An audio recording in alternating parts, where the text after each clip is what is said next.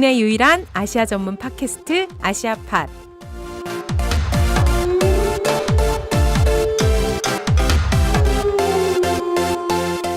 안녕하세요. 9월의 아시아팟입니다. 가을입니다. 어떤 분이 삐뚤어지기에 딱 좋은 날씨다라고 하셨다는데요. 정말 적절한 표현인 것 같습니다.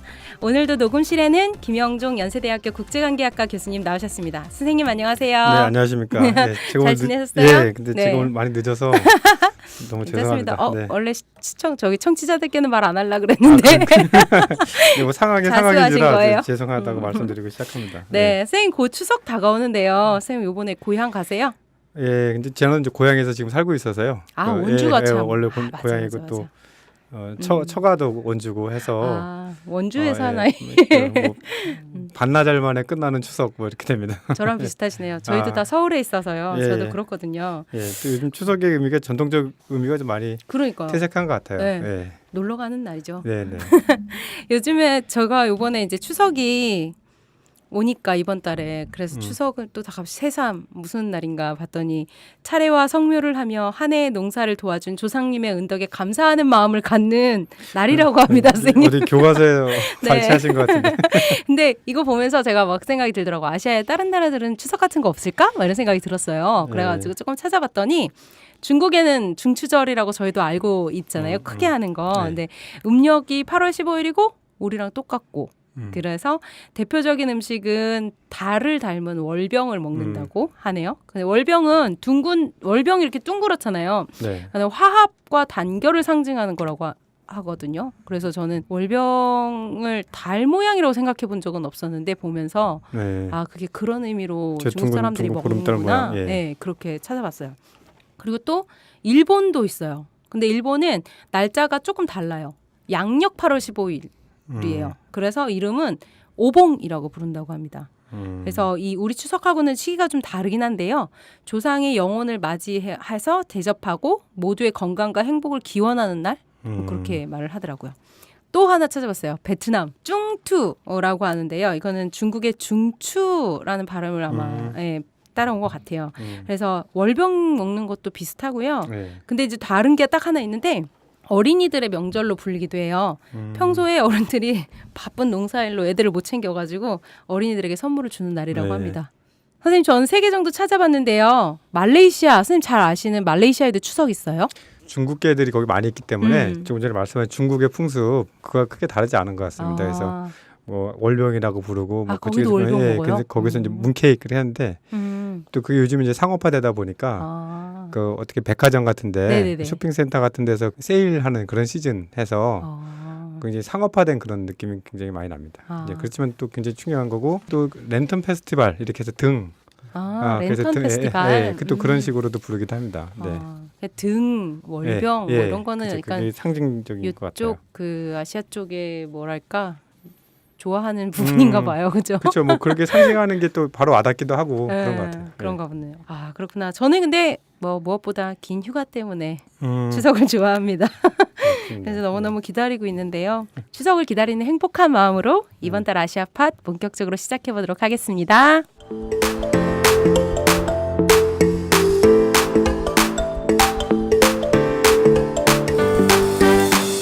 지난 한 달 아시아에서 무슨 일이 일어났을까요? 아시아팟이 주목한 아시아 뉴스를 전해드리는 시간입니다. 김영정 선생님이 이번 달 아시아 뉴스 뭐 주목해서 보셨어요? 얼마 전에 이제 아시안 게임이 끝났잖아요. 네. 그래서 한국 특히 뭐 축구라든가 일부 종목들 그 여러 가지 뭐 어쨌든 또 이제 그런 행사 때마다 애국심 뭐 이제 그런 것도 있고 하는데 근데 저는 이제 그런 행사가 있을 때 이제 그게 개최지에 어떤 영향을 미치는가 뭐 그런 것도 한번 생각해 보려고 있는 것 같아요. 인도네시아에 그래서 인도네시아 대해서. 이제 자카르타 팔렘방에서 이렇게 두 도시 같이 개최했는데 네. 원래 이제 인도네시아 개최지가 아니었다고 하는데 뭐 근데 이제 제가 주목하고 싶은 거는 인도네시아가 이제 국제적인 행사 이벤트를 진행함에 있어서 자기 나라 사람들의 그런 뭐라 그럴까 정리 안 되고 범죄 이런 것들을 그런 외부에 노출시키지 않으려고 사전에 정리하는 그런 것들을 합니다. 근데 옛날에 우리 88 그렇죠. 올림픽 맞아요. 때 그 철거민들 다 그렇죠. 이렇게 이제 뺀 것처럼 그 정도가 아니라 이제 이번에 이제 그 범죄 단속하는 그런 과정에서 그러니까 예년과 비교했을 때 그 단속 기간을 통해서 무리한 단속이 되면서 31명이 죽었다고 합니다. 그 경찰국에서요. 예, 그러니까 사실은 어떻게 보면 이제 과잉이게 되는 그렇죠. 거죠. 이게 정리할 대상으로 보기 때문에 그렇게 된 거고요. 근데 이런 유사한 사례는 전에도 있었습니다. 뭐 에이픽 정상회담을 앞두고 나서 길거리 정화. 그래서 쉽게 하면 구걸하는 사람들 이걸 정리하겠다고 한 거죠. 이제 그 정리하는 방법이 구걸하는 사람도 처벌하고 거기에 구걸에 돈을 주는 사람도 처벌하겠다 이렇게 되는 거죠. 그래서 어떻게 보면 이런 것들이 뭐 성장 과정에 있는 데서 나타나는 문제이기도 한데 그쵸. 뭐 외부적으로 보여주는 거 그리고 그 있는 그대로의 모습이 굉장히 불편하기 때문에 맞아. 그거를 해결하는 게 아니라 이렇게 없애버리는 참 예. 숨기는 거죠. 그렇죠. 그러니까 뭐 그 카페트 밑에 다 깔아버리는 그렇죠, 그런 그렇죠. 행국이고 그 과정에서 많은 문제점들이 생기는 것 같고요. 그래서 뭐 그런 것들이 이제 보도되지는 않았지만 사실상 그런 행사라든가 그런 걸 준비하는 과정에서 소외받는 사람들이 반드시 생기는 거고 그쵸. 또 본의 아니게 이렇게 피해받는 사람들도 생기는 것 같아서 또 아시안 게임 이면에 조금 어두운 측면이 아닌가 이렇게 생각이 듭니다. 맞네요, 네. 선생님. 저는 그래서 올림픽이랑 아시안 게임 이런 거 좀 그렇죠. 그만했으면 좋겠어요. 네, 그만하고. 이게 되게 큰일 날 소리인가? 뭐 물론 이제 운동하시는 분들에게 그렇지만 네. 그게 이제 국가 마케팅이라든가 네. 뭐 이제 그런 국가 전략적으로 이렇게 꼭 필요하다 이런 식으로 하는 건 좀 무리가 있는 것 같고 스포츠 자체가 좀 의미를 그쵸. 두는 게 그럼 좋을 것 같아요. 예. 맞아요. 우리나라는 병역 논쟁도 있고 하긴 했는데요. 예. 그리고 이제 다음 소식은 네. 동남아가 이제 한국 언론의 그 랭킹에 올라가는 경우가 흔치 않아요. 그래서 뭐 국가 원수가 얼마 전 며칠 전에 조코이 대통령이 와도 그렇게 언론에 노출이 네. 굉장히 적었는데 그쵸. 가끔 이렇게 랭킹 올라가는 거 보면은 굉장히 사회적으로 좀 충격적인 거나 이슈가 되는 그런 사건들이 올라갑니다. 근데 대표적인 게 최근에 말레이시아에서 그 동성애 그 혐의로 여성 네. 2명이 태형을 공개적으로 집행이 됐죠. 그래서 사람 뭐 100여 명이 지켜보는 앞에서 태형을 공개적으로 집행을 했다. 그런 소식이 전해지면서 한국이 굉장히 뉴스에 관심거리가 됐었는데, 근데 어떻게 보면 그런 그 사실 자체는 굉장히 인권적으로 우려할 상황이기도 하지만 그걸 소비하는 우리 한국 뉴스의 태도도 좀 문제가 있는 것 같고, 뭐 추가적으로 설명을 드리자면은 이러한 것들이 이제 말레이시아 내에서도 굉장히 큰 논란이 될 정도의 사건입니다. 굉장히 큰 논란. 거기서 그게 당연하다. 이런 당연한 게 당연한 아니라 절대 논란적인 일이라는 굉장히 거죠. 큰 논란이죠. 굉장히 말레이시아 사회에서도 충격을 줬던 그런 거예요. 특히 이제 태형이라는 것이 있긴 하지만 그것이 공개적으로 행해졌을 때 사회적으로 미치는 여파는 과연 사람들이 그걸로부터 교훈을 얻을 것인가 아니면 거기에 부정적인 여파가 더 클 것인가 인권 침해라든가 그런 걸로 봤을 때 굉장히 논란이 되고 있고 특히 이제 그런 어떻게 보면 이례적인 그런 집행이라고 하는 것이 옛날에 말레이시아 우리 편에 다룰 때도 얘기를 했었는데 말레이시아 정치 변동에 따라서 이슬람의 그 탈세속화라는 것이 굉장히 지금 하나의 큰 움직임, 사회 기저에 깔려있는 움직임이다 이렇게 볼 수 있겠고요. 그래서 어떻게 보면 그것들이 이슬람의 이슬람적인 것을 강조하는 그리고 그것이 정치적으로 이용되는 그런 상황이 아닌가 싶습니다. 그래서 어쨌든 우리가 그것을 하나의 가십 그런 특정인의 그런 처벌에 대한 그런 거 행위 처벌보다는 행위가 일단 더 했죠. 어떻게 뭐 무슬림 여성 2명이 동성애를 하거나 뭐 이런 식의 뉴스 소비보다는 그 과연 인권적인 측면 그리고 그것이 그렇게 행해질 수 있는 정치적인 배경, 그쵸. 맥락 이런 것도 좀 이해할 필요가 있을 것 같고요. 이와 연관돼서는 또 인도에서는 또 이제 반대로 동성애 금지 법안이 철폐되는 또 그런 좀 반대적인 흐름이 있었는데 우리 안에 존재하는 그런 또 차별적인 요인도 어떻게 보면 인권적 측면에서는 또 어떤 점에서 많이 비슷한 점이 있지 않나 그런 생각을 해서 이 소식을 전해드립니다. 되게 완전 다른 방향으로 가고 있는 나라들의 두 가지 소식을 전해주셨는데 그럼 제가 준비한 소식 말씀드릴게요. 이건 참 밝게 말씀드리기가 너무 어렵습니다. 최근에 시리아 상황이 아주 나빠지고 있습니다. 지난 9월 4일에 러시아와 시리아 정부가 시리아 반군의 마지막 거점이라고 할 수 있는 이들립주 공습을 재개했습니다. 7일에는 테헤란에서 열린 러시아, 이란, 터키 정상회담에서 휴전 합의가 불발이 됐거든요. 그래서 러시아와 시리아군이 통폭탄을 동원해서 대대적인 공습을 다시 가하고 있는 걸로 지금 소식이 전해지는데요. 이 통폭탄이라는 게 상상되는 그대로예요. 원통형 용기에다가 원유하고 폭발물 그리고 쇳조각을 넣어서 제조한 폭탄이래요. 아주 조악한 폭탄인데 이게 정밀 타격이 당연히 안 되겠죠. 그래서 무차별 살상 무기랑 다르지 않다고 합니다. 그래서 유엔은 이번 공습으로 10일까지 발표된 걸로는 3만 명 이상의 난민이 발생했다고 밝혔고요. 또 최대 80만 명의 난민이 발생할 수 있다고 지금 보고 있어요. 근데 지금 상황은 뭐 미국이랑 러시아랑 막 서로 뭐 화학무기 쓰지 마라 시리아군이랑 막 이런 얘기하고 있고 누가 썼다 백린탄 썼다 막 이러고 있는 중이기는 한데요. 어떻게 정리될지는 지금 전혀 모르겠어요. 지난번에 저희 아시아팟에도 출연하셨던 압둘 씨가 한겨레 신문 칼럼을 통해서 이런 말을 남겼습니다. 야만적인 아사드 정권에 고통받아온 무고한 시리아인들은 무능력한 유엔과 야욕에 가득 찬 강대국, 무관심한 국제사회를 더는 신뢰하지도 기대하지도 않는다. 국제정세에 따라 다가오는 속도만 다를 뿐 이들립 최후의 날은 올 것이 분명하다. 이들립 시민들은 두렵고 고통스러운 가운데 서로를 용서하고 관용하며 그날을 준비하고 있다. 그들이 할 수 있는 것은 SNS에 기도를 요청하는 것뿐이다. 어쩌면 무기에 죽기 전에 공포로 죽을 수도 있겠다. 지금 우리가 할 수 있는 것도 기도밖에 없다. 동알레포, 동구타, 락카 등을 구하지 못했던 그때처럼 기도라도 해주면 좋겠다. 이렇게 칼럼을 어저께 남기셨거든요. 9월 12일. 그래서 저는 이걸 읽으면서 더 이상 뭐 구원이나 이런 걸 바라지 않는 뭐랄까 체념이 가득한 이 글에서 되게 마음이 너무 아프고 지금도 읽는데 약간 좀 울컥해지거든요. 네. 그리고 또 할 수 있는 것도 저희가 할 수 있는 것도 기도밖에 없어서 너무 속상한 네. 게 있습니다. 저희 시리아를 돕는 그러니까 그 운동을 하는 단체들 활동가들끼리 모여서 이제 텔레그램을 살짝 만든 게 있는데요. 안타까움을 공유는 하는데 뭘 어떻게 해야 될지를 너무 모르겠더라고요. 계속 거기서도 안타깝다는 얘기를 하고 있는데 뭐 어떻게 기도라도 열심히 진짜 해야 되겠다는 생각밖에 안 들었습니다. 그래서 청취자 여러분들도 시리아를 위해서 전쟁이 또 하루빨리 끝나고 또 시리아 난민들이나 지금 그 안에 계신 시리아 국민들이 일상으로 돌아갈 수 있도록 정말 마음이라도 많이 모아주셨으면 좋겠다는 생각이 듭니다. 많이 기도해 주세요. 그리고 지금 저희가 녹음하는 날은 9월 13일인데요.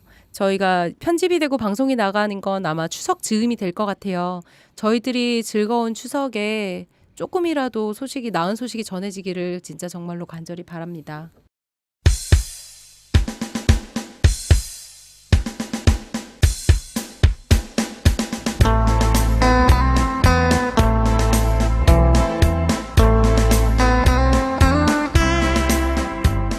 이슈 분석 시간입니다. 작년 6월부터 시작한 아시아팟은 그동안 동남아시아와 중동 이슈를 중심으로 다뤄왔는데요. 한국에서 동북아 뉴스에 비해서 동남아시아나 중동 이슈가 별로 다뤄지지 않기 때문입니다. 선생님 1년쯤 지나니까 저희가 중국이랑 일본 얘기를 안 하고 지나갈 수가 그러게요. 없는 것 같아요. 그래서 또 우리나라한테 큰 영향을 끼치기도 하지만 사실 동남아에도 엄청난 영향을 끼치죠. 두 나라가. 아 그렇죠. 네. 오히려 이제 경쟁적이라 할 정도로 그러니까 그렇죠. 동남아와 이제 관계 또는 뭐 영향력 확대를 위해 노력하고 있습니다. 예. 맞습니다. 그래서 오늘은 일본 이야기를 좀 나눠볼까 합니다. 오늘 녹음실에는 일본에서 오신 변호사님이 자리하고 계신데요. 오늘 일본말로 방송할까 봐 지금 떨고 계신 거죠. 전 일본말을 못합니다. 그래서 제가 모셨습니다. 한국말을 너무 잘하시는 제1동포 3세 김창호 변호사님을 모시고 오늘 일본 이야기를 좀 나눠볼게요. 안녕하세요, 변호사님. 네, 안녕하세요. 네, 안녕하십니까. 저희 아시아팟 청취자들께 인사와 소개 부탁드리겠습니다. 네, 전 제일교포의 변호사의 김창호라고 합니다.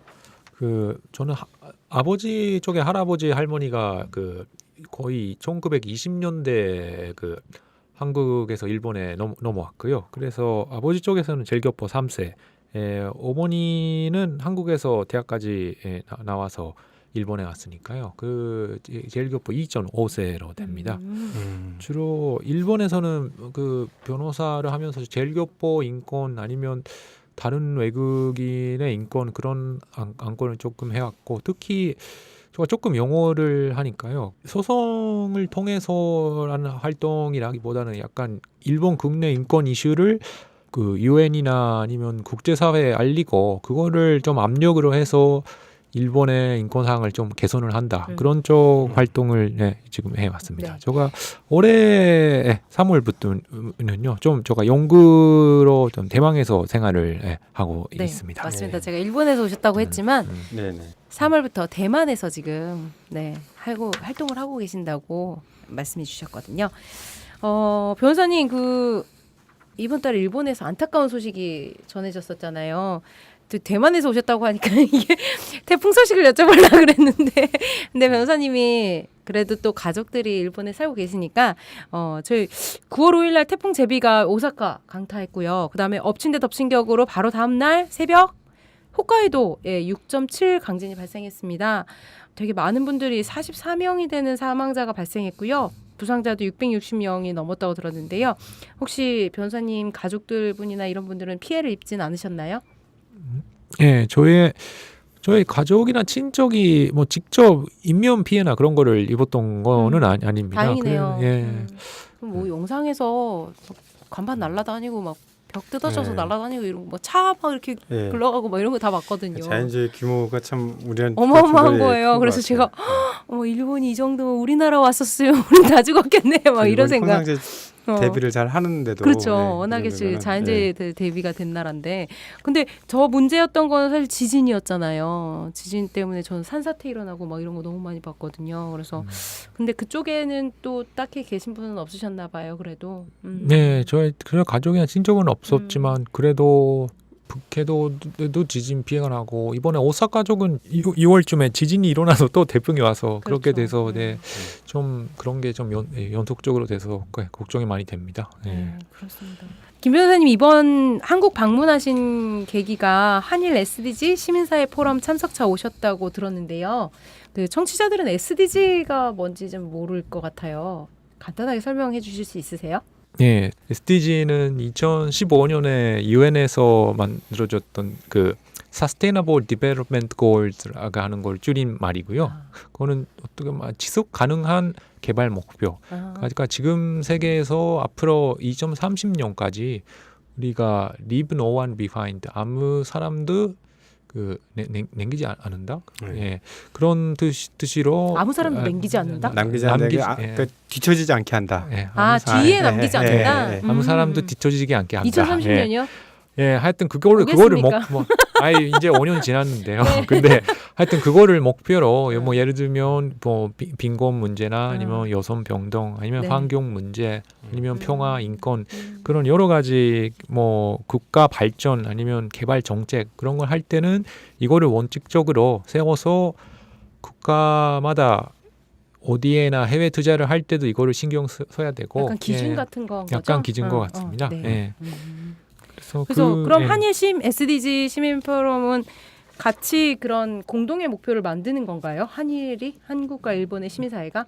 아니요. 이게 제가 오고 있었던 거는 이번에는 올해는 정확하게 말하면 그 ODA 국제 컨퍼런스라고 하는 게 있었고요. 거기에서 사실은 그 ODA 컨퍼런스는 한국의 코이카나 외교부 쪽에서 매년마다 행사를 진행해 왔는데 올해는 이번 정권이 바뀌어서 약간 코이카 쪽도 시민사회와 소통 그런 거를 좀 중시를 하는 것 같아서 이번에 처음에 그 일본의 시민사회를 초청을 받아서 그 전날에 이런 한국의 특히 ODA나 국제 개발 그런 걸 하는 NGO 쪽하고 그런 교류를 하는 그런 시간을 나눴습니다. 일본의 코이카 같은 게 자이카 맞죠, 선생님? 네. 자이카의 그런 자이카도 같이 이렇게 네, 일본의 자이카 사람도 오늘 왔습니다. 그렇구나. 뭐 재밌으셨어요? 예, 저도 생각보다 놀랐습니다. 왜냐하면 제가 일본에서는 좀 상상하기가 어려운데 지금까지 약간 이런 인권, 국제 개발 그런데 NGO로서 같이 회의에서 만났던 사람이 정권이 바뀌니까 지금 코이카 이사장이 아니면 여러 가지 이사나 그런 사실은 그게 있어서 뭐 사실은 그렇게 시민사회하고 소통을 하니까 금방 뭔가 바뀐다가 아니지만 근데 그게 시작이라고는 생각을 하니까요. 그것도 있고 이번에 회의에서 주제나 그런 거에서도 이런 ODA나 그런 걸 통해서 인권이나 민주주의를 어떻게 증진시킬 수 있을까? 그거에 대해서 예를 들면 그 스웨덴은 약간 그런 인권이나 인권 교육이나 그런 거를 많이 스웨덴 정부 쪽에서 많이 지원을 해왔고 아시아의 일본이나 한국의 어디에 국제 개발 그쪽에서는 약간 그게 떨어지고 왔는데 그거에 대해서 되게 진짜 뭐 솔직한 과제가 무엇이고 어떤 방향으로 가야 되는가 그거를 뭐 스웨덴 국제 기구 사람이나 아니면 그 분야에서 뛰어났던 학자분이나 그러니까 일본에서 이런 국제 개발 이야기를 할 때는 약간 그 국가 그 기업이 어떻게 협동하면서 일본 정부하고 일본 기업이 어떻게 뭐 그거를 하면서 도상국의 사람의 셈도 조금 생활도 조금 좋아진다. 약간 뭐 이번에도 뭐 라오스 다문은 조금 약간 됐지만 지금까지 일본이나 한국 쪽에 어디에는 주로 뭔가 도를 만들고 맞아요. 뭔가 발전소 맞아요. 만들고 그런 식의 그 과정에서 또 자국 기업들이 또 혜택을 받게끔 이익을 하고. 근데 오늘 회의는 약간 그런 거하고는 좀 약간 분위기가 달라서 저는 좀 그런 쪽에서는 되게 많이 이의가 있었다라고 저희 느꼈습니다. 뭐 우쭐해도 되나요? 저희 국제연대위원회가 그동안 그 김영종 선생님이 저희 위원장님이시거든요. 하는 거 없는 이유. ODA에 대해서 끊임없이 네. 저희가 그렇죠. 이렇게 가야 네. 된다라는 방향을 계속 말해왔는데 맞습니다. 네. 약간 좋은 소식일까요, 선생님 이게? 근데 뭐 아직 그 구체적으로 나타난 변화라기보다는 지금 말씀하셨듯이 변화의 시작이 아닌가 생각이 들고요. 또 이제 말씀하신 건데 일본은 또 정권 교체가 없으니까 그래서 또 아까 말씀하신 그런 현상들이 좀 더 새롭게 느껴지지 않으셨을까 생각이 들고요. 근데 아직도 사실은 뭐 우리 ODA 정책이라는 게 맞아요. 갈 길이 먼 것 같습니다. 맞아요. 예. 아, 맞아요. 제가 김 변호사님 오신다 그래서 이게 진짜 물어보고 싶었어요. 김영준 선생님 방금 말씀하신 것처럼 그 일본의 정권이 잘 안 바뀌는 문제인데 오신다 그래서 찾아보니까 선거가 이렇게 급박히 다가온 줄은 몰랐던 거예요. 가깝다고 생각했는데 9월 20일 날 자민당 총재 선거 있다고 제가 찾았거든요. 근데 현재 자민당이 일본 중의원에 거의 압도적인 다수를 점하고 있기 때문에 자민당 총재가 되면 자동적으로 일본 총리가 되는 건 거죠. 그래서 아베 총리가 이번에 당선이 되면 후보로 나오셨는데 당선이 되면 3선을 하시는 거고 이럴 경우 2차 세계대전 종전 후 일본국 헌법하의 총리로서는 물론 일본 제국과 일본국을 포함한 일본 헌정사상 최장수 총리가 되실 수 있다는 거예요. 그렇다면 진짜 중요한 선거잖아요, 지금. 이번 선거의 중요한 쟁점은 뭘까요? 중요한 쟁점은 뭐 지금 아베 수상이 감성을 할까 안 할까 그거이긴 하지만 지금 나오고 있는 사람은 아베 수상 외에는 그 이시게루라고 하는 두 명이 욕하시는 줄 알고 나오고 있습니다. 제일 큰 쟁점이라고 하면 헌법 개정을 언제 하는지 그거죠. 근데 제가 듣기로는 아베 총리는 헌법 개정을 그러니까 구조를 그냥 놔두는데 자위대의 근거가 되는 법안을 넣는 그러니까 규정 뭐라 그러죠? 그런 걸 넣는 거고 이시바 전 간사장은 지금은 필요 없지만 하게 되면 아예 없앤다라는 입장이라고 저는 들었거든요. 네. 맞아요? 저 사실은 이시바 씨가 그거를 어떻게 생각하고 있는 건 좀 명확하게는 말을 안 하는 것 같은데 하여튼 약간 차이가 지금 선거에서 무슨 명확한 차이가 있다면 뭐 아베는 꼭 이번 다음 국회에서 조안을 자위대 조안을 그 추가하는 개정안을 낸다. 네. 근데 이시바는 지금 그런 할 필요는 없다. 사실은 속에서 하는 생각은 이시바나 아베나 그 거의 다 비슷하다. 그래서 저는 그 같은 네. 자민당 정치인이라서 그렇죠. 그래도 하여튼 이번 그 정권이 있을 때 진짜 개원이 국민 투표가 일어났을까 않을까 그 점에서는 되게 큰 차이는 있죠. 그럼 구조에 만약에 그 아베 총리의 말대로 만약에 개정을 하게 되면 국민 투표해야 되는 거죠. 그렇죠. 예. 근데 거기를 둘러싼 그 점을 둘러싼 국민 여론은 어떤가요? 그게 개헌을 실제로 추진할 경우에 그게 정말 순탄하게 이루어질 가능성이 있나요? 아니면 그것이 혹시 정치적으로 역풍, 그러니까 좀 반대 의견이 드실 가능성이 있지 않을까요? 사실은 지금까지도 약간 구조에 관해서 어떤 여론조사하는 것도 뭐 어떤 질문을 하는가에 따라 여론조사를 약간 좀 네. 약간 차이가 나오긴 해서 그 구조 이한에서는 기본적으로 정쟁이나 그런 거로 무력 사용을 하는 거는 금지한다 그런 그쵸. 내용이 구조의 들어있어서 예. 내용이 그러니까 그거를 개정한다 아니면 없앤다 그렇게 직접 말을 한다면 일본의 국민의 뭐 반 정도 아니면 어느 정도 진보 진영 다 반대를 하겠죠. 그래도 이번 약간 애매한 게 그 조문은 계속 구조 1항 2항은 넣고 두고 거기에다가 자위대를 추가를 한다. 그러니까 사실은 자위대가 있다가 하는 것 자체는 뭐 저도 일본에 자위대가 있는 것 자체는 뭐 할 수 없다라 그래서 생각을 하니까 근데 그거를 헌법에 명시화하는 거 아니다. 그런 쪽 주장으로 이거를 한번 개정을 실행을 하고 그 아베 어떻게 보면 이번에 아베 수상이나 자민당 쪽의 생각은 하여튼 지금까지 헌법 개정이 70년 동안 한 번도 안 일어났으니까 한 번이라도 이거가 헌법 개정할 수 있으면 더 자민당이 생각을 하는 그 원하는 헌법이나 그런 쪽으로 더 많이 간단하게 개헌이나 그런 거를 하기 쉽게 된다. 그런 거로 이런 그 약간 추가를 한다. 그런 거로 개헌안을 생각을 하고 있어서 사실은 좀 예상하기가 어렵긴 하지만 이 자위대를 추가하는 거 아니다. 그런 이야기를 하면 사실은 상당수의 국민이 그 물론 국민 투표가 일본에서 처음에 일어나니까 상당히 논쟁은 되겠죠. 그래도 이게 결과가 투표를 했을 때 어떻게 될까 되면 저는 상당히 이게 그 투표가 통과되는 가능성이 상당히 높은 게 높다. 아닌가. 네, 그렇게 구조를 없애지 않고 추가만 한다 그러면 그렇죠. 또 이제 아베가 된다는 것이 거의 사실은 큰 이변이 없는 한 그렇게 될 것으로 예상을 하고 있지 않습니까?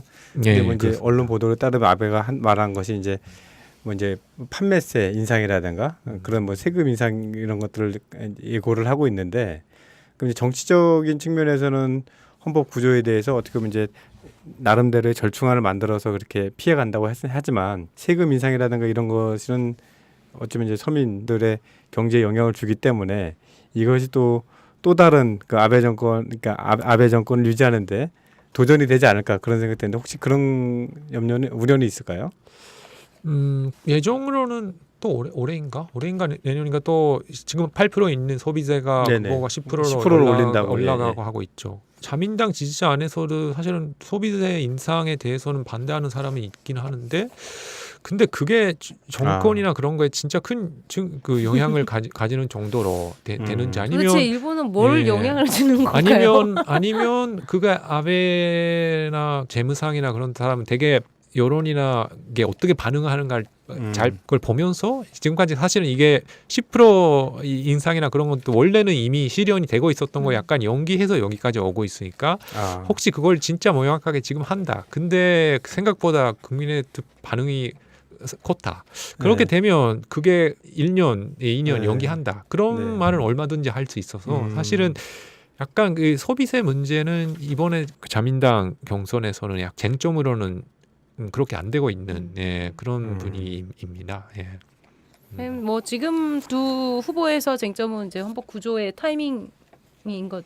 제일 큰 거는 그렇죠. 뭐 사실은 경제 정책 그런 거에서도 뭐 아베는 지금까지 아베가 해왔던 약간 아베노믹스 경제 정책 칭찬을 받고 있어서 오히려 이시바 쪽은 일본에서도 그 아베노믹스 때문에 경제 격차가 넓어지고 있으니까 그거를 조금 교정을 하고 아니면 지방 경제나 그런 거는 뭐 동경이나 오사카 쪽은 그나마 잘 되고 있게 보이지만 지방 경제는 그렇게 안 좋으니까 지방을 그 재생해야 된다 그런 거를 말은 하고 있지만 근데 사실은 그게 진짜 명확하게 차이가 있는 것도 아닌 것 같고 같은 자민당 전직의 뭐 출신이고요. 그래서 큰 차이는 저는 헌법에 있다 그거를 보고 있습니다. 그럼 뭐 어쨌건 아베님이 되시는 건가요? 그런 가능성이 이번에는 일본 자민당 당수 선거는 국회의원 405표, 자민당 당원 405표 하는데 국회의원 표는 이제 거의 다 80, 90%가 아베가 수상이 지지를 받았다. 지방 당원 투표나 그런 경우에도 사실은 지난번에 몇 번 전에 이시바 씨가 자민당 경선 나왔을 때는 지방 당원 표는 많이 받았던 그 아베 수상이 아닌 후보자가 많이 받았던 그런 것도 있었는데 이번에 자민당 당원의 여론조사 그런 결과를 보면 아베 수상을 지지하는 사람이 좀 많은 것 같아서 사실은 그냥 뭔가 일어나지 않으면 천재지변이 아니고서는 그러니까 사실은 뭐 약간 이거는 적당한 농담이겠죠. 그건 좀 그렇지만 지금 일본에 그런 게 가능성이 제일 있다면 아베 수상의 개인적인 건강 문제 그게 뭔가 일어나면 사실은 아베 수상은 처음에 2007년에 처음에 수상을 그만했던 이유는 주로 건강 이슈로 그래서 사실은 아베 수상이 약간 건강이 좋지 그렇게까지 좋은 게 아닌가 그건 사실 잘 모르겠죠. 왜냐하면 아베 수상의 그 건강 진단에 그런 진단서 그런 거를 저희들이 볼 수 있는 게 아니라서 국가안보 보고 싶다. 먼저.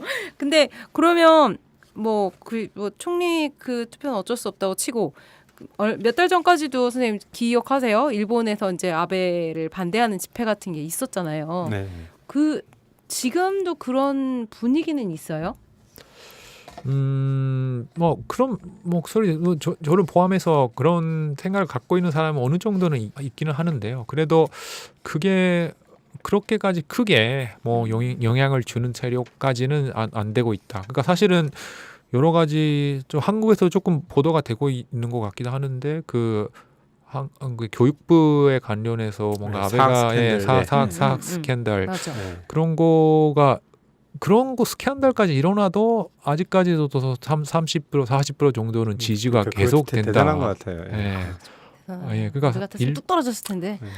그러니까 그런 것 같아요. 그러니까 특히 물론 야당이나 그 자민당을 지지 안 하는 사람은 어느 정도 있는데 일본의 국민의 상당 부분은 하여튼 형상 유지. 그래서 아베 외에 자민당 안에서도 사람은 없고 야당에는 더 사람이 없고 아이고 형상 유지를 하면 어느 정도 생활을 할 수 있다. 약간 한국 사회는 그런 뭔가 불만이 있으면 그거를 변화해야 된다. 근데 일본은 변화해봤자 뭐 그런 느낌이 있는 것 같습니다.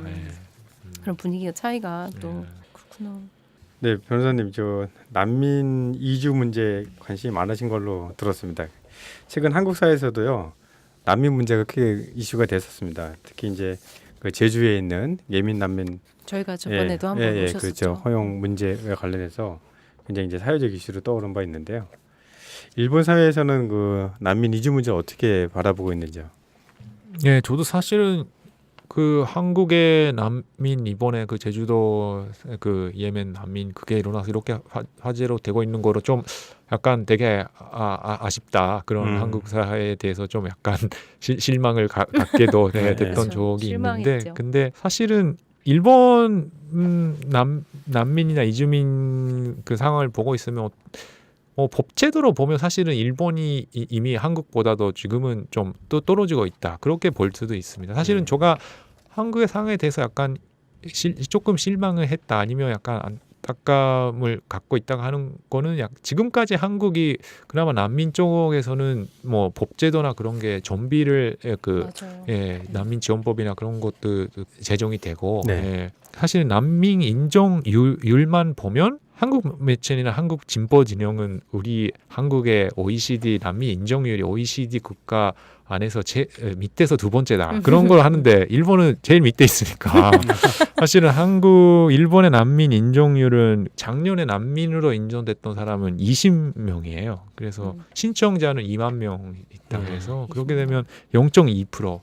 숫자로 말하면 한국은 2%니까요. 그거의 10분의 2. 사실 이게 약간 여러 가지 요인이 있어. 진짜 난민이 인정이 안 되고 있다라고 하는 것도 물론 많습니다. 그래도 일본 정부 쪽에서는 사실 이거는 난민 신청자의 인권을 보호하기 위해서는 전적이었는데 예를 들면 일본의 민주당 야당이 정권이었을 때 조금 그 난민 신청자 인권을 보호하기 위해서 신청을 해서 6개월이 지나면 그 일을 할 수 있게 됐다. 예. 근데 그렇게 되면 특히 동남아나 다른 나라에서 왔던 분이 하여튼 난민이 사유가 없는데 그런 신청을 한다. 그런 거로 좀 사실은 그런 사례가 있기는 있는 거는 좀 사실이고, 근데 정부 쪽은 약간 하여튼 한국에서 이런 사태가 일어나기 전에부터 훨씬 전에부터 일본에서 그런 위장 난민 그런 거를 위장 난민. 네, 위장 난민 그런 거를 국가 정부 쪽이나 아니면 약간 보수 진영이 말하는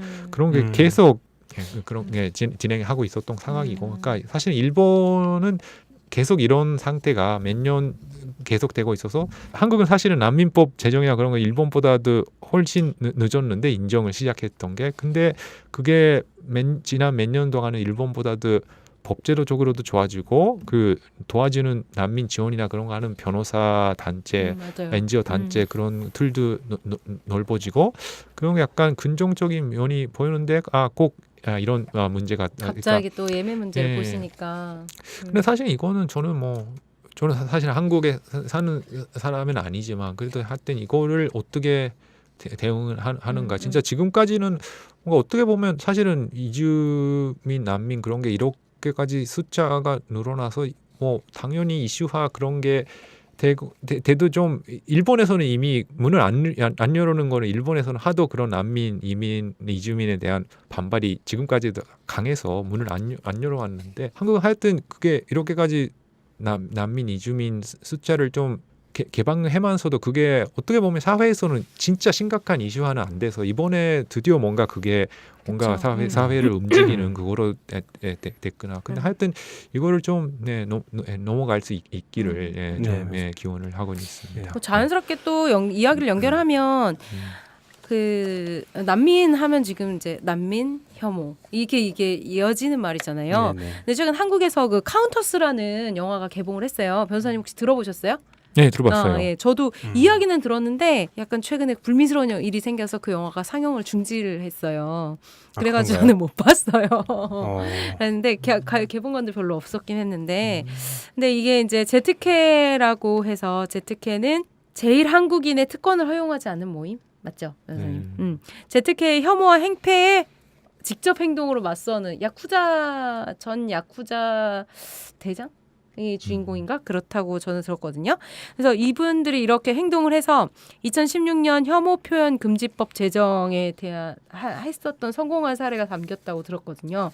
근데 지금 한국에서도 저희가 차별금지법 제정하려고 하는데 지금 계속 반대에 부딪히고 있어요. 뭐 그 사이에서 이제 혐오의 발언이나 이런 게 엄청나게 나오는 거는 뭐 말할 것도 없고요. 근데 이제 일본에서 이런 혐오 표현 금지법이 그래도 제정이 됐다는 얘기를 들으니까 그 금지법에 대한 간단한 설명하고 이게 어쨌건 제정이 돼서 어떤 효과를 일본 사회에 줄 수 있는지 이런 게 저는 좀 궁금했거든요.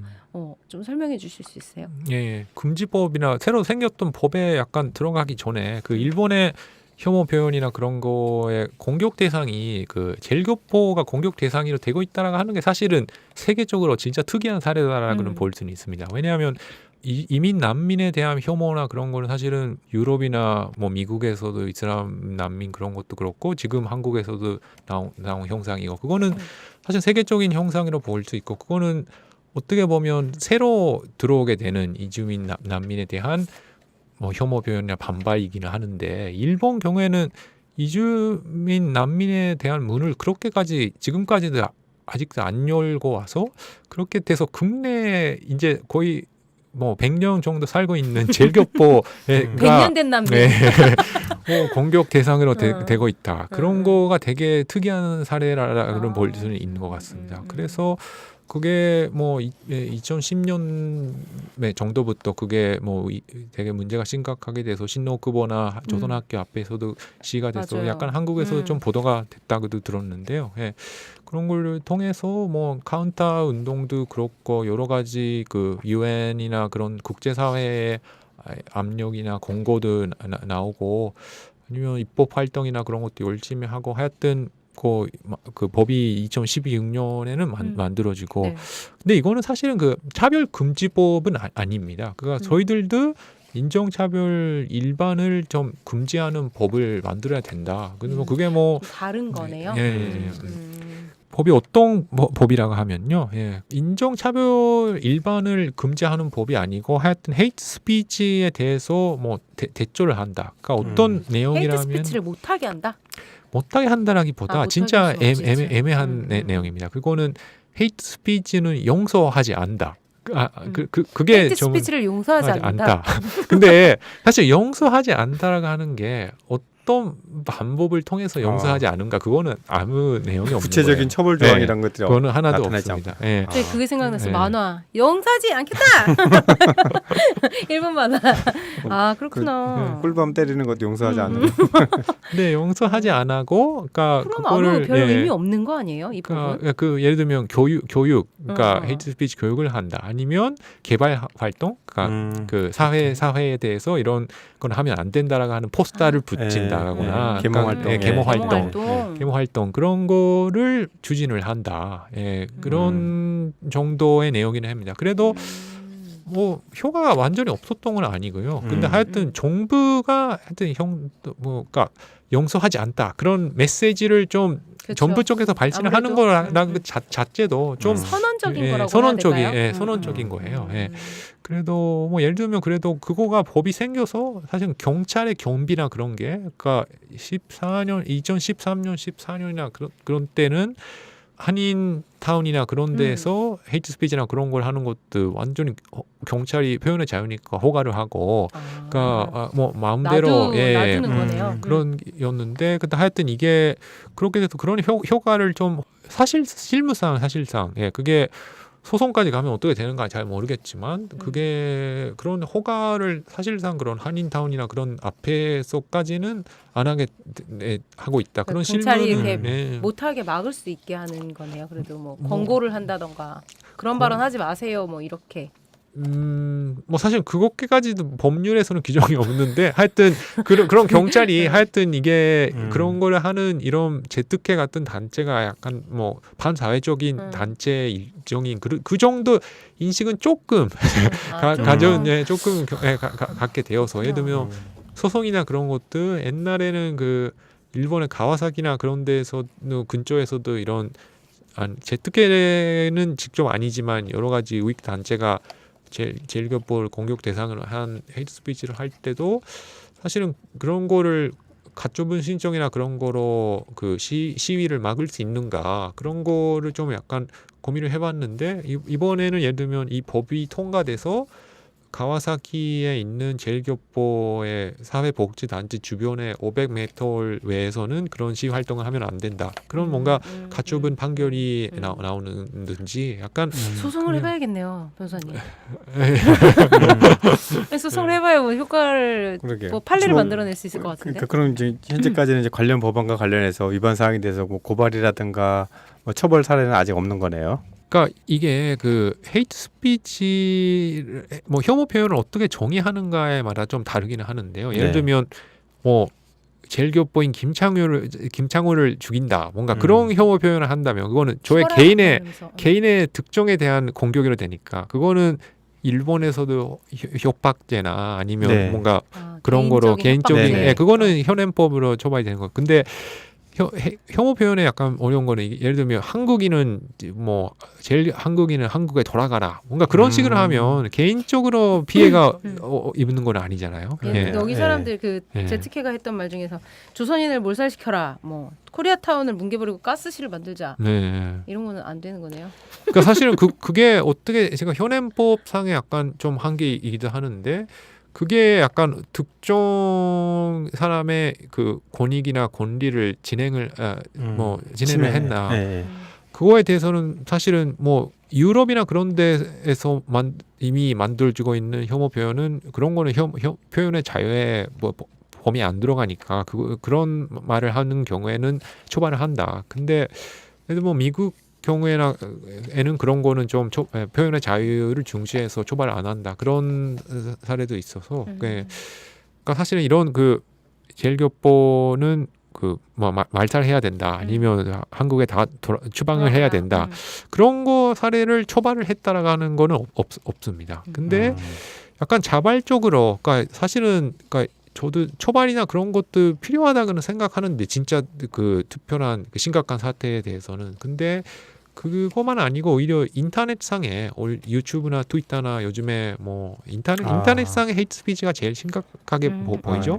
근데 그런 거가 나오는 경우에는 뭐 여러 운동을 해서 예를 들면 유튜브나 트위터나 그런 데서도 그런 헤이트 스피치에 관한 여러 가지 계약 약관이나 조안이나 그런 거를 회사에서 만들어서 약간 그거를 자발적으로 유튜브나 트위터 쪽에서 없애게 한다. 네. 그런 움직임이 좀 나오고 있어서 어느 정도는 약간 그거로 대응이 되고 있는 사례는 그러니까 법이 생긴 이후에는 많아지고 있는 것도 하는데 근데 인터넷상 혐오 표현이라고 하는 거는 진짜 양이 엄청난 양이 있어서 그거를 그쵸. 조금 그거를 자발적으로 없애봤자 일일이 다 찾기도 힘들고 또 없애도 예. 금방금방 생길 테고. 네. 선언적 의미가 더 큰 거긴 한데 선생님 근데 저는 이거를 질문을 하면서 질문지에 쓰지 않았는데 궁금했어요. 동남아도 우리처럼 헤이트 스피치 그러니까 한국도 지금 어떤 동영상 보니까 막 외국인 노동자한테도 니네 나라 가라 막 이런 게 있었거든요. 근데 제가 동남아 여행을 하거나 이럴 때 내가 거기 안 살아서 그런지 동남아 사람들이 헤이트 스피치를 하나 이런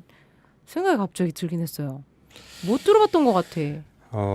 뭐 전혀 없다고는 볼 수 없어요. 왜냐하면 그렇죠. 지금 뭐 우리가 뭐 개별, 미얀마의 로힝자 문제라든가 로힝야, 예 그쵸. 그런 문제를 봤을 때는 근데 그게 보통 보면은 기본적으로 이제 종족의 차이, 종교의 차이가 있지만 그런 문제들이 자연 발생적으로 그런 그 차이에서 비롯되기보다는 그것이 정치적으로 정치적으로. 이용되는 과정에서 그러니까 어떻게 보면 타겟을 잘못 잡는 거죠. 그러니까 그 사람들 때문에 우리가 피해가 보는 게 아닌데 마치 그 사람들의 존재 자체가 거북하고 그것이 우리에게 피해를 준다는 그런 인식이 만들어지는 거죠. 예, 그래서 그런 것들이 또 어떻게 보면 정당성이 없는 정권이라든가 이런 그 상황에서는 그런 것들이 방관되는 그런 측면도 있는 것 같고요. 그래서 굉장히 다양한 측면이 있는 것 같습니다. 네, 예, 국가마다 또 시기마다 예, 그게 좀 조장돼서 좀 갈등적 맞아. 상황으로 나타나는 시기도 있고 같은 나라 같은 조건에서도 또 어떤 정치적 상황에 맞아. 따라서는 그것들이 수면으로 내려앉는 경우도 있고 그런 것 같습니다. 맞아. 지금도 저희도 그런 것 같아요. 저희 네. 사회 문제랑 이런 게 다 결부돼 있고 일본 같은 경우도 아마 네. 재특혜. 근데 저는 이렇게 말씀 들으면서 사실 저도 그 잠깐 일본을 다니러 갔을 때 험한 시위대를 이제 마주친 적이 있는데 지나가죠. 저는 이제 근데 그걸 보면서는 이제 굉장히 놀라움 그리고 어떻게 보면 이제 화가 나는 그런 것도 있지만 거기에 대한 이제 불안함, 무서움 이제 그런 것이 있게 되고 멀리서 지켜볼 수밖에 없지만 만약에 거기서 내가 살고 있다라고 생각하면은 진짜 무서울 것 같아. 일상화된 그 공포, 불안 그 여러 가지 측면에서 굉장히 심각한 피해를 느낄 것 같은데 실제로 그럴 것 같아요. 예, 그 제일동포 분들께서 느끼는 그런 불안은 굉장히 클 것 같은데 어떻습니까? 예, 그런 것 같아요. 예. 저거 저도 개인적으로 이런 인권 변호사로서 혐오 표현 그런 거를 진짜 봐야 되는 게 하나의 일의 일부분에 되잖아요. 사실은 근데 그거를 계속 그런 것만 보면 좀 약간 저도 좀 우울한 기분으로 네, 그거는 자기도 모르게 위축도 될 것 같아요. 그거는 되는 것 같고 뭐 근데 그나마 저는 약간 변호사라고 하는 특권적인 계급에 있어서 어떻게 대응을 하는가에 대해서도 좀 아는 거니까 약간 그런 마음을 가질 수 있는데 왜냐면 그걸 애들의 그 아동이나 그 제일 뭐 초등학생, 중학생 그런 제일교포가 들어봤을 때 어떤 인상을 받는가 아니면 저의 뭐 아버지 세대나 그런 데에서도 그 제일교포나 그런 거를 좀 숨기고 그냥 일본식 이름으로 써서 그냥 일본 사람 같이 사는다 그런 경우가 뭐 보통이었는데 요즘에도 그냥 조금 진짜 옛날에 비해서면 약간 상황이 좋아져서 그냥 제일교포 이름으로 쓰고 있는데 이런 헤이트 스피치가 있어서 약간 헤이트 스피치만 아니고 그 혐오 표현은 진짜 한국인 죽이라 그런 거는 뭐 물론 그거는 법적으로도 규제를 할 만한 표현이긴 하지만 그 주변에도 한국인은 뭔가 이런 그 국민성이 있다. 그런 약간 부정적으로 보는 정보가 진짜 많나요, 일본에는. 그러니까 그런 걸 보면 약간 그 한국 이름으로 학교에 다니기가 그래서 난 일본 이름을 쓴다. 그런 사례가 아직도 저도 좀 듣는 경우가 있고. 예. 그거는 진짜 아동이나 그런 힘이 없는 사람에 그러게. 대한 비애는 진짜 심각한 것 같습니다. 그러니까 제일동포는 이유만으로 어렸을 때 차별, 그 증오의 대상이 된다는 게 맞아요. 정말 평생의 그 상처가 될 상처. 것 같아. 로 남아서 영향을 줄 것 같다는 생각이 드는데, 근데 일본의 그 허만이라고 하는 부분, 이런 헤이스피치라든가 특히 이제 제일동포에 대한 얘기들이 어느 특정 시점에서 좀 더 이렇게 격화됐다든가, 좀 더 이렇게 그런 걸 증가한다든가 그런 특정 시기가 좀 눈에 띄는 게 있나요? 아니면 최근에 대해서 그게 좀 더 악화되는 추세인가요? 그러니까 그 양만 보면 역시 2000년 후반 이후에 이게 압도적으로 인터넷상도 그렇고 아니면 요즘에 서점 같은 데 가도 그런 혐한 책 그런 것도 볼 수 있게 됐고요. 그런 거가 진짜 명확하게 보이게 됐던 거는 월드컵이 끝나서 약간 2000년도 후반 이후 정도. 월드컵? 그러니까 그런 축구를 너무 거 잘했네. 분석은 많이 있습니다. 그래서 사실은 여러 가지 분석은 많죠. 그러니까 왜 이런 그러니까 특히 제일교포에 대해서 있는지. 그러니까 아무래도 전체적인 문제가 한국 일본에서는 제일 큰 문제는 독도 다케시마 문제 그거를 어떻게 하는지 아니면 역사 문제, 위안부 문제, 그 강제 영행 문제 그런 걸 어떻게 하는지 그게 계속 문제로 되고 물론 북한하고 일본에서는 나치 문제, 미사일 북핵 문제 그런 거가 돼서 약간 특히 그런 전체적 그런 거 때문에 약간 일본 국내에 있는 제일 한국인 조선인이 타겟이 된다 그런 것도 있고 사실은 그 외에도 일본 경제나 그런 것들 옛날에는 어떻게 보면 일본이 한국보다도 경제적으로 우위한 거는 좀 진짜 그거는 일본 사람 당연하게 알고 있어서 근데 어떻게 보면 지금 일본 지위는 점점 경제적 지위가 좀 떨어지고 아니면 그렇게 병등이 없는데 한국은 삼성이나 LG나 그런 것도 나오고 약간 그 아시아에서의 지위를 잡게 되고 있는 게 보이는 것 같고 그런 동아시아 안에서의 일본의 우위성이나 그런 거를 좀 흔들리는 약간 그런 사회 불안감 그런 것도 있고 그 외에도 여러 가지 일본의 사회 빈곤이나 사회 격차, 경제 격차 그런 것도 좀 하나의 요인으로는 되고 있는 게 아닌가 그런 분석은 많이 나오고 있습니다. 변호사님 개인적으로도 이렇게 인권 변호사로 활동하시게 되는 것들이 어떻게 보면 또 이제 그런 것에 일찍 눈뜨게 될 수 있는 그런 환경 또는 경험과도 무관하지 않을 것 같다는 생각이 듭니다. 그렇습니다. 제가 아버님 얘기를 들었는데 아버님이 대단하신 분이더라고요. 변호사님 아버님이 한국 국적 1호 일본 변호사님이세요. 그리고 제일동포 국민연금 소송, 지문날인 철폐 소송 등 제일동포 인권을 위해 싸우셨다고 합니다. 그래서 그런 아버님이 이제 저는 기사를 통해서 이제 봤거든요. 한겨레랑 인터뷰를 하셨더라고요. 저희가 또 섭외하기 전에 다 서칭을 하잖아요. 근데 이제 거기에 변호사님이 인권 변호사가 되신 이유가 아버님 돌아가시고 나서 변호사가 되셨고, 아마 그 아버님의 영향을 받아서 인권 변호사가 되신 것 같은데 그래도 직접 들어봐야겠죠. 왜 그런 결심을 하셨는지 그리고 앞으로 어떤 운동하고 싶으신 건지 지금도 거의 운동가 겸 변호사신 거잖아요. 앞으로는 어떤 걸 하고 싶으신지. 저도 왜 변호사 됐냐면 전 사실은 우리 집 공부가 제일 쉬웠어요 이런 거예요? 아니요. 그 집 안에서 뭔가 그런 아버지가 변호사 꼭 돼야 된다 그런 말을 했던 건 아니었는데요. 그래도 저희 아버지도 옛날에는 사실은 그런 취직이나 그런 거를 하려고 했는데 그 당시에는 일본의 상장 회사에서는 제일교포를 채용 안 한다. 그런 뭔가 그런 것도 있어서 변호사를 투쟁을 거쳐서 변호사로 됐다. 그런 게 있어도 지금은 회사에서도 취직하는 제일교포도 많고 어떤 경우에는 요즘에는 한국 젊은 사람이 일본에 취직한다 그런 뉴스도 좀 듣고 그런데 일본이 좋은데라고 지금. 근데 진짜 그 아버지가 계속 살고 있을 때도 같은 능력을 갖고 있는 경우에는 그 회사 들어가서 경쟁해서 일본 사람보다 승진이나 그런 거를 하는 거는 좀 어렵다. 그런 말은 좀 진짜 계속 들었던 것 같아서 그래서 자기 뭔가 능력이나 그런 거를 발휘를 해서 약간 자기 능력이 평가를 받을 수 있는 직업을 하는 게 좋은 게 아닌가 그런 이야기는 좀 계속 듣게 됐고요. 뭐 그거는 사실은 젤교포만 특이한 거라기보다 어떤 이민 사회에서는 약간 미국에 있는 재미 한국인 경우나 그런 것도 뭐 이사나 변호사나 한번 그런 거 진짜 그런 게 약간 한인 이민에서는 약간 있는 것 같기도 하는데 아버지 경우에도 그런 그 자기 능력이 평가되는 일을 하면 좋은 게 아닌가. 그래서 저는 이공계 좀 머리가 없어서 약간 문과돼서 대학에 들어가면 법과는 들어가기는 해서 공부 잘하신 거네요. 아니 뭐 공부 어느 정도는 했어요. 네. 힘 안 그러네요. 들이고. 네, 뭐 네. 공부 제일 쉬웠어요. 뭐 네. 그런 분이시구나.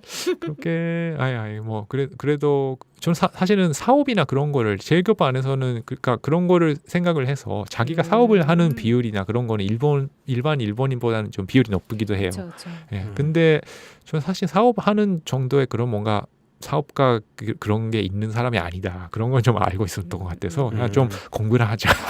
그래도 그러니까 학자나 아니면 변호사나 그런 거는 좀 관심이 있었기도 해서 저도 사실은 학자나 그런 것도 약간 뭐 자기 능력이나 학문의 세계에서 하는 것도 그런데 그게 저희 아버지가 대학교 3학년 때 그 뭐 암으로 돌아가게 되고 약간 하여튼 그때 좀 학자 되려면 시간이 많이 걸리잖아요.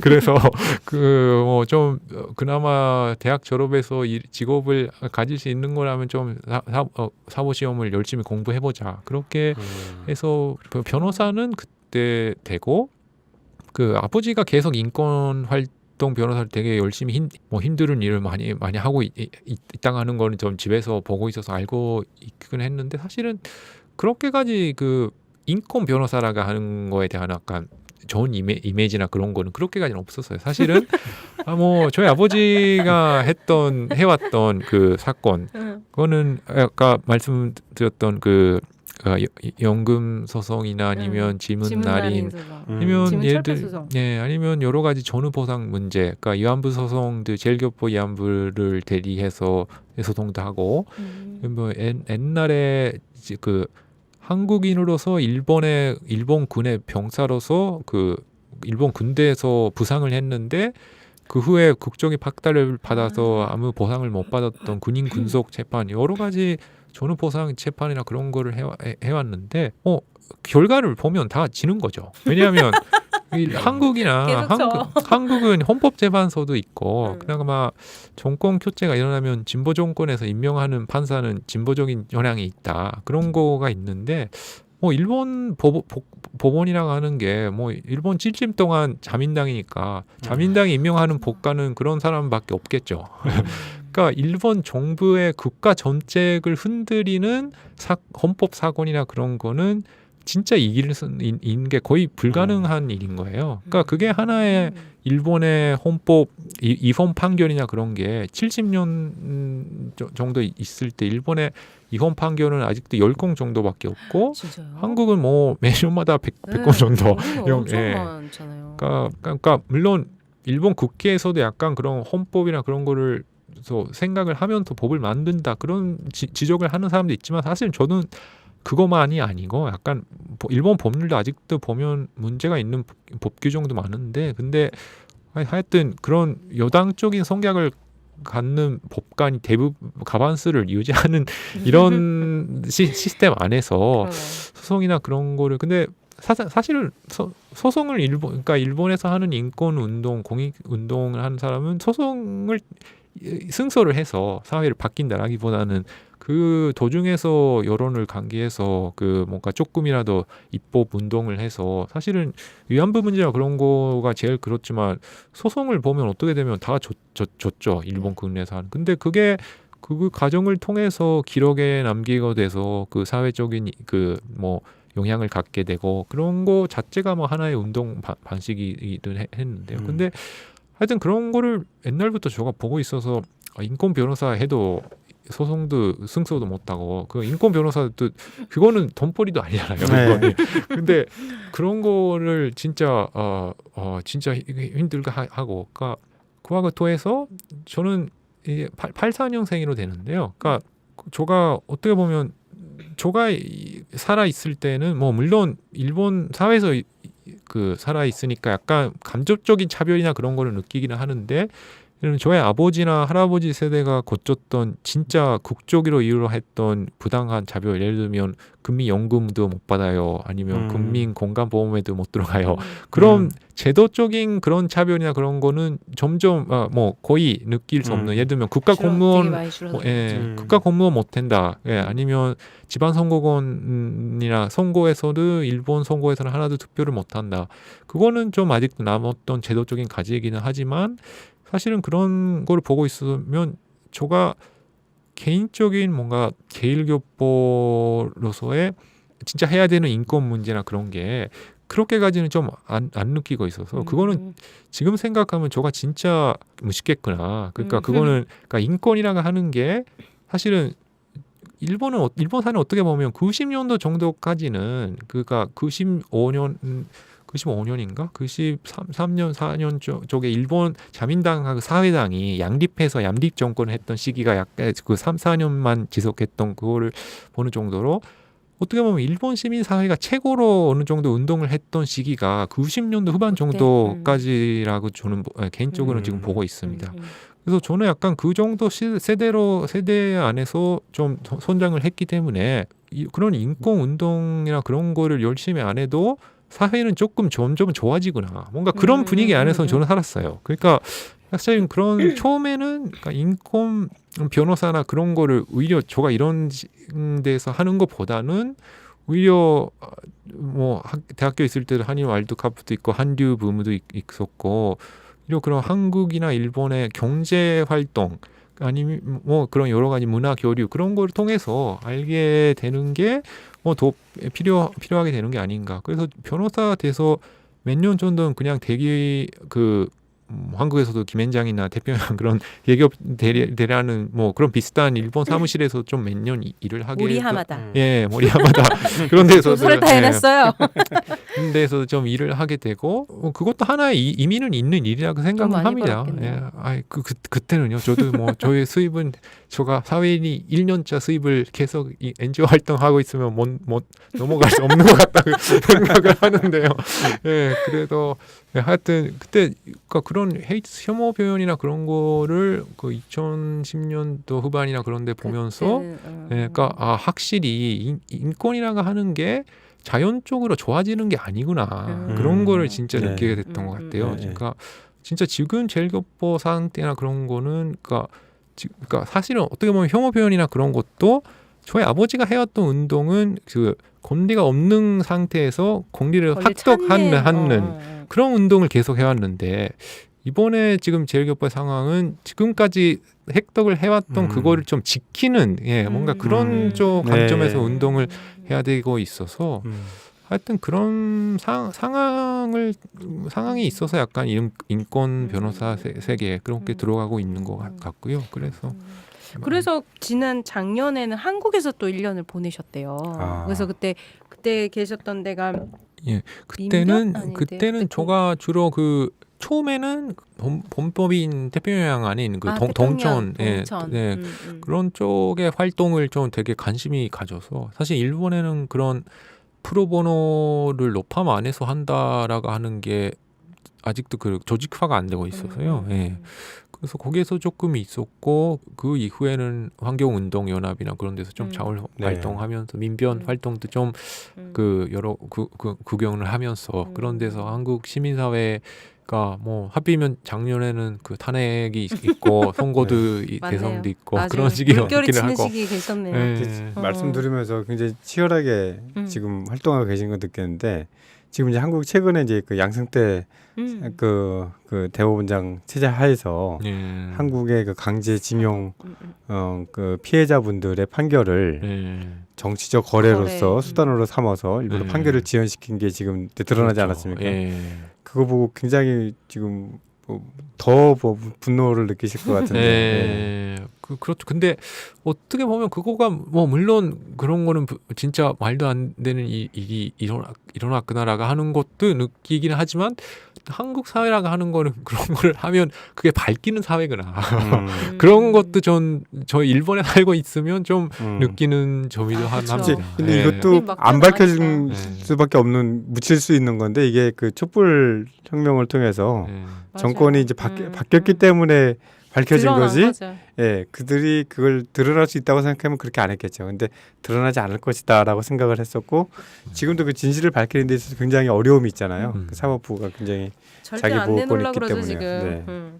아니 그래서 저는 그런 한국에 이렇게 물결치는 상황에서 계셨다가 아까도 왔다가 한국이 난민 문제에 대해서는 훨씬 일본보다 앞섰다고 생각했는데 이번 예멘 난민 대하는 태도를 보면서 좀 실망하셨다고 하셨잖아요. 그래서 저는 한국에서 사시면서 한국 사람들 그러니까 어떻게 설명해야 되지? 한국 사람들이 다른 것에 대한 태도, 난민, 이주민, 뭐 아니면 성소수자, 뭐 이런 것들을 좀 유심히 보셨을 것 같긴 하거든요. 혹시 어떻게 느끼셨는지, 뭐 나쁘게 느꼈다면 바뀌어야 되는 부분은 어느 부분인지, 뭐 이런 것 좀 짚어주실 수 있으세요? 그러니까 저는 어떻게 보면 한국, 뭐 제가 지금 대망에 있는 대망 사회도 약간 한국 비슷하긴 하지만 그런 뭔가 사회 불만이 있으면 그거를 좀 그 길가에서 밖에 그렇죠. 길가에 나가서 그거를 소리를 찌고 오히려 그거를 한다고 하는 게 사실은 인간적으로는 진짜 정상적이라는 저는 생각을 하는데 그런 거를 뭐 인권 진영도 그렇고 뭐 보수 진영도 그렇고 네. 하여튼 그런 거가 진짜 되는 사회구나. 그러니까 일본이라고 하는 건 진짜 저는 한국에서 있을 때는 진짜 시 구경이나 시 장가도 몇 번이나 했는데 그런 시 활동에 참가를 하는 것 자체가 진짜 뭔가 부정적인 영향을 갖는 그런 사회라서 저는 뭐 사실 뭐 개별 이슈를 따지면 여러 가지 한국 문제도 많은 건 있지만 그럼 뭔가 문제가 있으면 그거를 표명을 하고 길가에서도 나가고 그런 거는 되게 뭐 인상에 기뻐 느끼고 그거 그러니까 약간 정권이 교체된다고 하는 나라는 이런 변화가 있구나 그런 거는 많이 느꼈어요. 뭐 조금 뭐 최근 예를 따르면 제가 같은 민변이나 여러 활동을 통해서 뭐 알게 됐던 변호사님이 어떤 경우에는 정부에 들어가기도 하고 헌법재판소 대법원 그런 재판관까지 되고 일본에서는 상상도 못하는 그 일이 많이 봤다. 네 그런 느낌이 났습니다. 그래서 일본의 시민사회나 NGO 활동이 진짜 지금 특히 젊은 세대에 대해서도 그런 거 활동을 하는 사람이 진짜 없는데요. 그거는 그러니까 하여튼 뭐 저는 NGO나 인권 활동해서 정부에 들어가는 게 좋다고는 그게 당연히 좋다고는 생각을 안 하지만 하여튼 뭔가 그런 활동을 하는 사람도 인정을 받는 경우가 있잖아요. 네. 근데 일본은 그게 없는 거예요. 너무 이렇게 약간 좀 계속 짜인 대로 계속 가서 그런 거 그렇죠. 변화가 너무 변화도 없어서. 없고. 그러면 근데 저는 그래요. 저희는 계속 열심히 운동을 하고는 있는데 최근에 이런 상황들을 보면 변호사님 말대로 저절로 좋아지는 게 없어서 그런지 더 안 좋아지는 부분도 좀 있는 것 같고 예전에 이주노동자나 난민들에 대해서 이렇게까지 하지 않았는데 더 그러는 것 같고 성소수자 문제에 대해서도 여론조사를 보면 난민이나 이주노동자한테 더 친근하게 그 사람들을 더 뭐랄까 우호적으로 투표하는 거가 그분들을 데리고 일을 하시는 분들 그러니까 만나지도 않은 사람들에 대한 공포가 되게 심한 것 같더라고요. 그래서 그런 부분을 한번 여쭤보고 싶었어요. 그래서 근데 한국 사회가 조금 더 낫다라고 지금 판단하고 계셔서 되게 열심히 더 해야겠다는 생각이 듭니다. 그러네요. 한국 사람이나 한국 사회가 뭔가 정의감 그런 걸 면분로라고 하는 말은 좀 그렇지만 약간 정의에 대한 인식이 약간 진짜 강한 것 같아요. 요즘 남북 관계 달라지고 있잖아요. 되게 뜬금없는 질문이죠. 네, 이런 한반도를 바라보고 있는 일본 사람들의 반응? 뭐 이런 건 어떨까? 그리고 제일동프로서 변호사님은 또 어떻게 느끼고 계신가? 이게 되게 궁금했어요.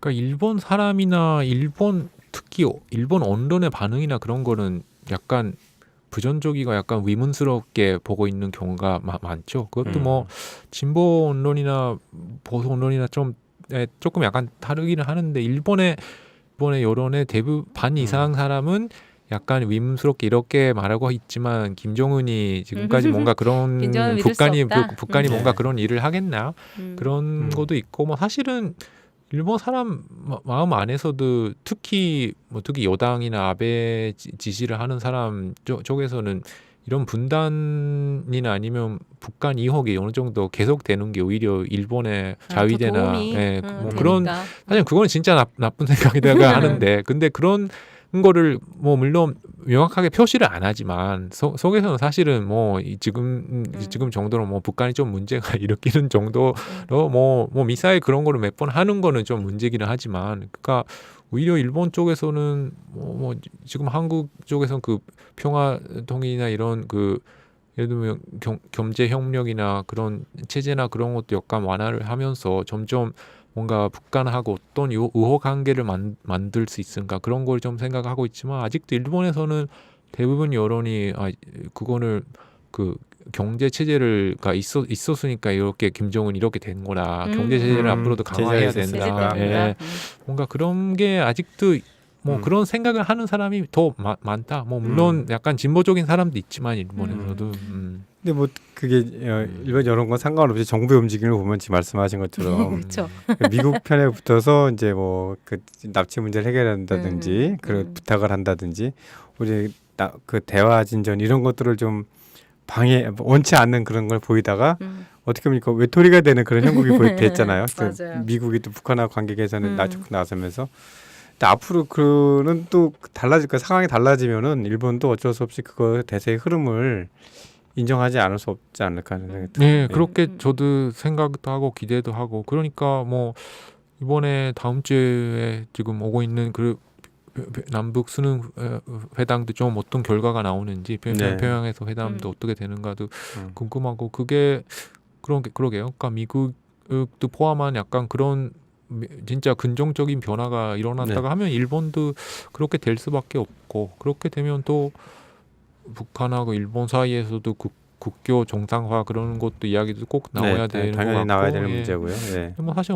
제일교포나 인권 측면에서 보면 일본은 계속 나치 문제만 따지긴 하지만 그래도 거기 뭐 그때 북한 쪽하고는 아무 그 2차 대전 일제 시대에 있었대 보상이나 아니면 그 역사 문제가 하나도 그 얘기가 안 돼서 그거가 뭐 국교 정상화 협상이나 그런 거에 되면 거기부터 시작을 해야 된다고 하는 거는 그거는 뭐 북한이 그런 주장을 하는 걸 그거를 지지하니까 그런 거는 아니지만 그래도 뭐 당연히 거기부터 들어가야 된다고 하는 거는 저는 인권의 원칙으로서는 그렇게 생각을 하고 있고 제일교포로서는 그러니까 그런 긍정적인 변화가 오면서 근데 뭐 어느 정도 평화와 안전이 추진되는 걸 좀 기대를 하는 그런 입장을 갖고 있죠. 네. 네, 오늘 정말 긴 시간을 저희가 좀 쏟아내는 질문을 들어주시느라고 이 얘기 저 얘기 다 해주셔서 정말 감사드리고요. 사실 시간이 더 길었으면 더 많이 듣고 싶은데 못 물어본 것도 많기도 하고 그러기는 해요. 다음에도 또 한번 저희가 초청드리며 오셔서 꼭 다시 한번 말씀해 주시면 좋을 것 같습니다. 마지막으로 아시아파 청취자들한테 혹시 아직 못하신 말씀이나 하고 싶은 말씀 있으시면 한국에서 점점 그 제일교포에 대한 역사나 영화나 그런 것도 좀 알게 돼서 점점 그 이해를 하시는 분도 있는 것 같은데요. 근데 아직도 왜 일본에 60만 명 그 정도 제일교포가 살고 있는가 그거에 대한 인식을 정확하게 갖고 있는 사람을 좀 그렇게 많지는 않은 것 같고 좀 저의 이야기나 그런 거를 통해서 제일교포 사회에서도 좀 관심을 가지는 한국 사람이 더 많이 됐으면 좋겠습니다. 네, 감사합니다. 저희 마지막 순서가 아시아 노래를 소개하는 건데요. 여태까지 오셨던 초대 손님들은 대부분이 그냥 소개하신 나라들에 대한 노래를 알려주시긴 했거든요. 그래서 변호사님 혹시 어떤 노래를 소개해 주시려고 준비해 오셨는지. 네, 저는 약간 제일교포 입장이라서 해서 약간 이게 약간 남북 통일에 관한 이야기도 나와서 그 일본 노래는 아니지만 그 임진강을 일본어로 불었던 이무진가와라고 하는 거를 좀 이무지가와. 소개하고 싶은데 맞아. 거기는 그 노래도 사실 원래 임진강 노래하고 좀 약간 가사나 그런 것도 좀 바뀌고 그거를 그 일본에 되게 약간 인기 있었던 옛날에 60년대 70년대에 인기 있었던 포크 크루세이더라고 하는 가수가 맞아. 만들어서 그거가 되게 좀 히트를 찔려고 했는데 그게 라시오나 어딘가에서 방송이 되면 북한을 지지한다고 하는 뭔가 그런 여러 가지 이유로 그게 약간 계속 긴 기간 그거를 들을 수는 없다 그런 기간이 있었어요. 근데 그게 뭐 최근에는 다 뭐 유튜브나 그런 거에서도 들을 수 박치기라는 있고. 영화에서 네. 그 노래를 들었었죠. 오다기리조도 나오고 그랬던 것 같은데 그러니까. 그것도 제일조선인들에 대한 이야기라서 네, 저도 그걸 되게 처음에 일본어로 들었을 때는 진짜 뭔가 마음에 뭔가 되게 화가 다가온 오더라고요. 그런 한국말로 듣는 거랑 또 다르게. 또 다르게 하는 것 같습니다. 네. 예. 알겠습니다. 그럼 선생님이 저기 오늘 나와주셔서 김창호 변호사님 너무너무 감사드리고요. 이제 또 바로 일본으로 가시나요? 내일? 모레? 저가 내일 일본이 아니고 대망에. 대만. 죄송해요. 예. 네, 내일 모레 대만으로 가시는 거네요. 네. 그러면 조심히 돌아가시고요. 네. 그 짧은 시간 오시는 동안에 저희에게 시간 내주셔서 너무너무 감사드립니다. 네, 정말 감사합니다. 김영준 선생님 너무너무 고생하셨습니다. 아니, 감사합니다. 죄송합니다. 다시 네. 한번. 네. 오늘 김창호 변호사님이 소개해주신 임진강 일본말로 된 임진강이란 노래고요. 우리나라 노래인데 일본말로 부른 노래입니다. 그 노래 들으면서 9월달 아시아파 마칠게요. 다음 달에 또 뵙겠습니다.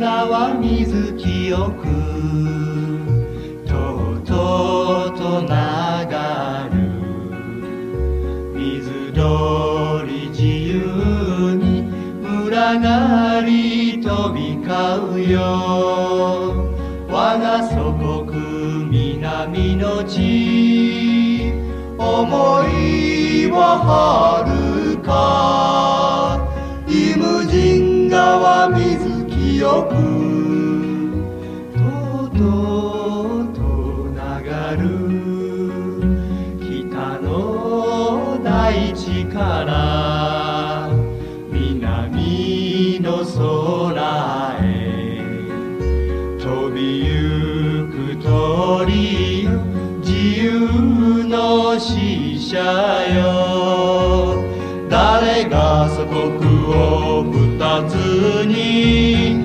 分けてしまったの誰が祖国を分けてしまったの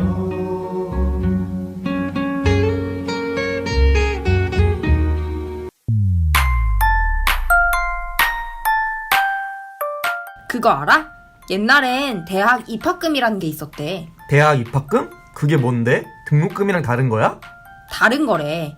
등록금 말고도 입학금이라는 이름으로 대학에 크게는 100만 원이나 더 냈었대. 그런데 왜 100만 원인지 산정 근거도 없고 사용처도 불분명했대. 그런 걸 왜 내? 어떻게 없어졌는데? 바로 청년참여연대가 있었기 때문이지. 즐거운 변화를 위한 청년참여연대의 활동을 응원해주세요. 참여연대는 정부 지원금을 받지 않습니다. 청년의 삶을 바꾸기 위해 나서는 청년참여연대의 회원이 되어주세요. 문의 02-723-4251 지금 전화주세요. 02-723-4251 지금 전화주세요. 청년참여연대 그래!